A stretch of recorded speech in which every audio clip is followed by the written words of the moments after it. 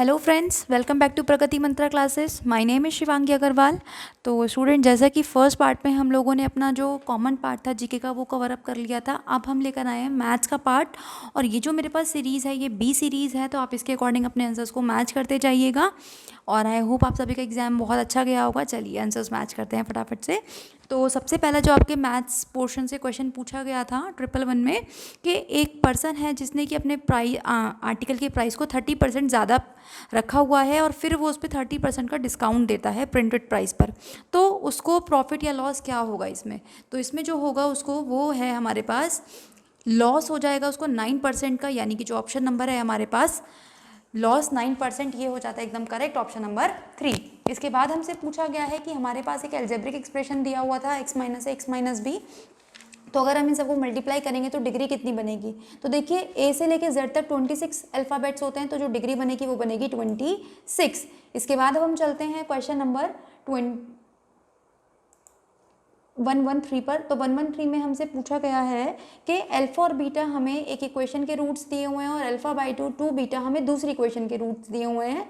तो हमसे आर की वैल्यू पूछी गई थी यहाँ पर। तो जो आर की वैल्यू बनेगी हमारे पास वो बनेगी 2/9 2p minus Q 2q minus p, यानी कि ऑप्शन नंबर जो 4 है वो हो जाता है एकदम करेक्ट।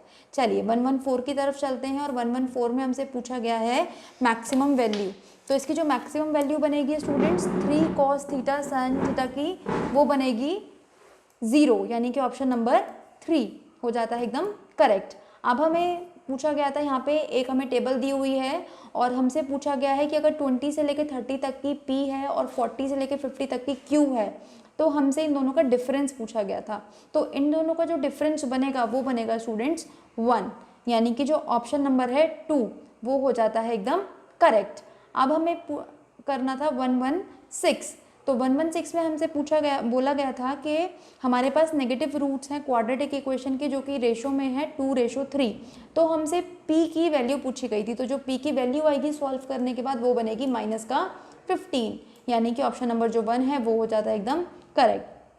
इसके बाद 117 में हमसे पूछा गया था कि हमारे पास अगर अर्थमेटिक मीन और ज्योमेट्रिक मीन इक्वल हो जाएं ए और बी नंबर्स के लिए, तो हमारा रिलेशन बताना था। ये जो रिलेशन बनेगा ये बनेगा a plus B is equal to under root में ए बी, यानी कि ऑप्शन नंबर 1।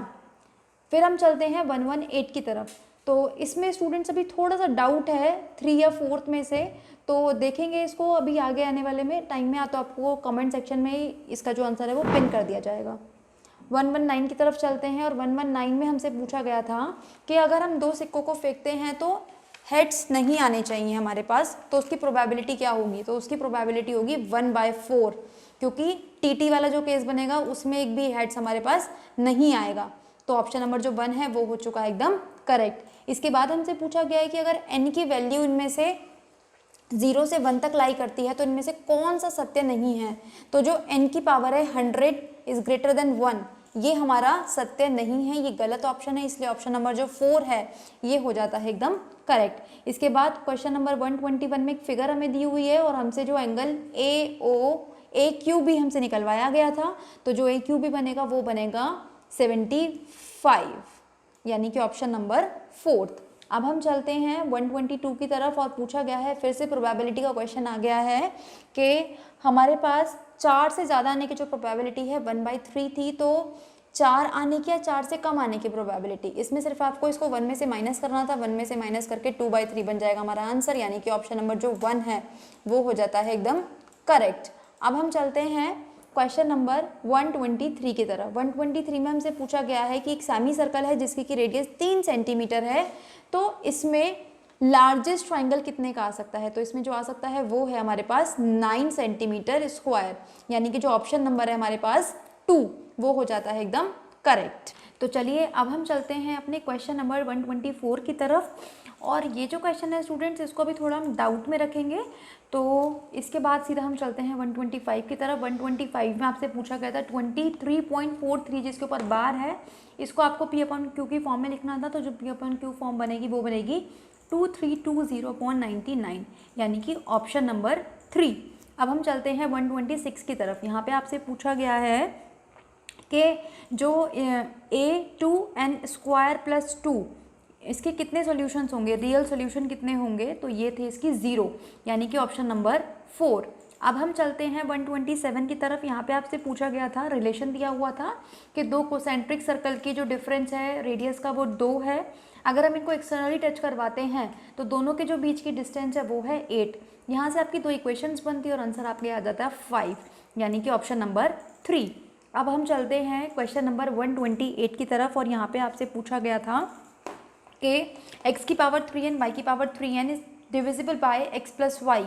तो कंडीशन बतानी थी, तो ये जो कंडीशन बनेगी n is only odd integer, यानी कि ऑप्शन नंबर 3। अब हम चलते हैं अपने क्वेश्चन नंबर 129 की तरफ, और यहाँ पे आपसे पूछा गया है नंबर ऑफ रियल सॉल्यूशंस। तो जो नंबर ऑफ रियल सॉल्यूशन है वो है 0, यानी कि ऑप्शन नंबर 2। अब हम चलते हैं इसके बाद क्वेश्चन नंबर 130 की तरफ। यहाँ पे आपको दिया हुआ था कि x माइनस वाई और y माइनस 2x इसके फैक्टर है। तो बस यहाँ से आपको वैल्यूज़ पुट करनी थी, x is equal to y, y is equal to 2x। जब आप 2 बार पुट करोगे तो 2 इक्वेशन आ जाएंगी। जब आप सॉल्व करोगे तो आंसर बनेगा लेमडा की वैल्यू 11/4 और म्यू की वैल्यू आपकी बनेगी यहाँ पर माइनस का 3/4, यानी कि जो ऑप्शन नंबर है आपके पास 3 वो हो जाता है एकदम करेक्ट। इसके बाद अब हम चलते हैं अपने क्वेश्चन नंबर 131 की तरफ। यहाँ पे आपको जो शेडेड पोर्शन दिया हुआ है इसका एरिया बताना था। तो जो इसका एरिया आएगा सॉल्व करने के बाद कैसे निकालना था, पहले आप सेक्टर का एरिया निकालोगे, सेक्टर के एरिया में से इस ट्राइंगल के एरिया को माइनस कर दोगे तो आंसर आ जाएगा, और ये बनेगा 21 ब्रैकेट में 88 21√3 सेंटीमीटर स्क्वायर, यानी कि ऑप्शन नंबर 2। इसके बाद हम चलते हैं अपने क्वेश्चन नंबर 132 की तरफ। 132 में हमसे बोला गया है पी और क्यू की वैल्यू फाइंड करनी है, जबकि ये जो हमारे पास पॉलिनोमियल है ये x माइनस 1 और x प्लस 1 से पूरी तरीके से डिविजिबल है। तो यहाँ पे जो वैल्यू बनेगी ये बनेगी p की वैल्यू 2 और q की वैल्यू 1, यानी कि ऑप्शन नंबर 2। अब हम चलते हैं क्वेश्चन नंबर 133 की तरफ। यहाँ पे आपसे रेशो पूछा गया था, जबकि एक एम्प्लॉयर ने अपने एम्प्लॉयज़ की संख्या घटा के 10 से 9 कर दी और उनकी जो वेजेस थी उनको 11 से बढ़ाकर 12 कर दिया गया। तो एक्सपेंडिचर का रेशो बताना था, तो ये बनेगा 55:54, यानी कि ऑप्शन नंबर 2। अब हम चलते हैं क्वेश्चन नंबर 134 की तरफ। यहाँ पे आपको a plus B, B plus C और c प्लस ए का रेशो दिया हुआ था, और आपसे a प्लस बी प्लस सी का रेशो पूछा गया था, जबकि हमें दिया हुआ है कि जो a प्लस बी प्लस सी है वो 14 है। तो जो रेशो आएगा ये आएगा 3:7:4, यानी कि ऑप्शन नंबर 2। इसके बाद चलते हैं 135 की तरफ। 135 में हमसे पूछा गया है कि फिगर है हमारे पास जिसमें कि AOB एंगल 60 डिग्री है, तो हमें AEB एंगल बताना था। तो इसमें हमें क्या लगाना था, एक तरह से स्टूडेंट्स हमें इसमें एक प्रॉपर्टी लगानी थी कि जो सेंटर पे एंगल बनता है वो हमारे पास बाकी का डबल होता है। वहाँ से फिर हमें साइक्लिक कोऑर्डिनेटर की प्रॉपर्टी लगानी थी और आंसर बनेगा 150, यानी कि ऑप्शन नंबर 3। अब हम चलते हैं क्वेश्चन नंबर 136 की तरफ। यहाँ पे हमसे पूछा गया है कि हमें रेशो बताना है इन सर्कल का और सर्कम सर्कल का स्क्वायर के अंदर, तो ये होता है 1:2, यानी कि ऑप्शन नंबर 2। अब हम चलते हैं 137 की तरफ। यहाँ पे हमसे पूछा गया है परसेंटेज ऑफ स्टूडेंट जिन्होंने कि 10 से ज़्यादा और 40 से कम मार्क्स स्कोर किए हैं। तो जो इसका आंसर बनेगा वो बनेगा 65। तो ऑप्शन नंबर जो आपका हो जाता है 1 एकदम करेक्ट। तो चलिए अब हम देखते हैं अपना क्वेश्चन नंबर 138। इसमें थोड़ा सा डाउट है तो सीधा चलते हैं 139 की तरफ। तो 139 में हमसे पूछा गया था कि क्वाड्रिलेटरल को बनाने के लिए हमें कितने इंडिपेंडेंट्स इन्फॉर्मेशन चाहिए, तो वो हमें चाहिए 5 इन्फॉर्मेशन हमें चाहिए, तो यानी कि जो ऑप्शन नंबर है हमारे पास 3 वो हो जाता है एकदम करेक्ट। इसके बाद अब हम चलते हैं अपने क्वेश्चन नंबर 140 की तरफ। तो 140 में हमसे पूछा गया था कि इनमें से लार्जेस्ट नंबर कौन सा है, तो जो लार्जेस्ट नंबर है वो बनेगा अंडर रूट में 0.9, यानी कि जो ऑप्शन नंबर 4 है वो हो जाता है एकदम करेक्ट। इसके बाद 141 आपसे पूछा गया है कि रियल रूट्स का सम बताना है, तो वो बनेगा 0, यानी कि जो ऑप्शन नंबर 1 है वो हो जाता है एकदम करेक्ट। इसके बाद 142 की तरफ चलते हैं। आपसे इस एक्सप्रेशन का मैक्सिमम वैल्यू पूछा गया था, तो ये बनेगा 2√5 + 3, यानी कि ऑप्शन नंबर 1। इसके बाद हम चलते हैं क्वेश्चन नंबर 143 की तरफ। यहाँ पे बोला गया है कि जो कॉर्ड है वो सर्कल की रेडियस के बराबर है, तो हमें बताना था कि ये जो माइनर आर्क पर कितना एंगल बनाएगी, डिग्री का एंगल बनाएगी, तो ये बनाएगी स्टूडेंट्स हमारे पास 150 डिग्री का एंगल, यानी कि जो ऑप्शन नंबर है हमारे पास 1 वो हो जाता है एकदम करेक्ट। इसके बाद अब हम चलते हैं क्वेश्चन नंबर 144 की तरफ। यहाँ पे आपको एक कोन और एक हेमिस्फेयर का जो बेस है वो बराबर दिए गए थे और आपको बतानी है उनकी रेडियस और हाइट का रेशो। तो ये बनेगा स्टूडेंट्स √2 1, यानी कि √2 1 नहीं, 2:1, यानी कि ऑप्शन नंबर जो 2 है वो हो जाता है करेक्ट। आपको यहाँ पे कुछ नेक्स्ट क्वेश्चन में फ्रैक्शंस दिए हुए थे, इनका आपको एलसीएम बताना था, तो जो एलसीएम बनेगा वो बनेगा 20√3, यानी कि ऑप्शन नंबर 1। 146 की तरफ चलते हैं और इस क्वेश्चन को सॉल्व करने के बाद जो आपका आंसर आएगा वो आएगा 0, यानी कि जो ऑप्शन नंबर 1 है वो हो जाता है एकदम करेक्ट। इसके बाद 147 की तरफ चलते हैं और आपसे पूछा गया है कि दो नंबर का प्रोडक्ट 32 है और एवरेज इनका 6 है, तो आपको इन नंबर्स के क्यूब का सम बताना था। तो ये आएगा आपके पास 576, यानी कि ऑप्शन नंबर 4। 148 की तरफ चलते हैं और हमें यहाँ पे बोला गया है कि एक डायग्राम दिया हुआ है और AB + CD किसके बराबर होगा ये बताना है, तो ये बनेगा AD + BC के बराबर, यानी कि ऑप्शन नंबर 2। अब हम चलते हैं 149 की तरफ। यहाँ पे हमसे पूछा गया है sin θ - cos θ की मैक्सिमम वैल्यू कितनी हो सकती है, तो ये हो सकती है 1, यानी कि ऑप्शन नंबर 3।